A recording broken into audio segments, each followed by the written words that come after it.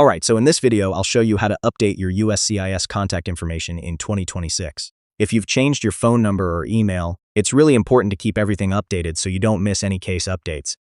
So let's go step by step. First, open your browser and go to the official website of the U.S. Citizenship and Immigration Services. Make sure you are using the official site for security. Now sign in to your USCIS online account using your email and password. If you don't have an account, you'll need to create one first. Once you're logged in, go to your dashboard and open your profile or account settings section.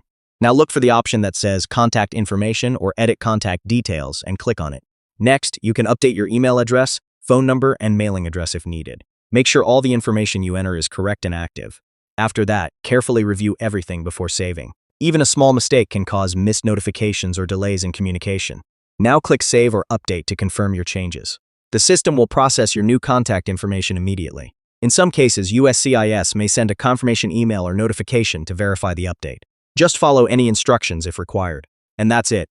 Your USCIS contact information is now updated and your account is fully current. If this video helped you, make sure to hit like and subscribe for more simple guides like this. I'll see you in the next one.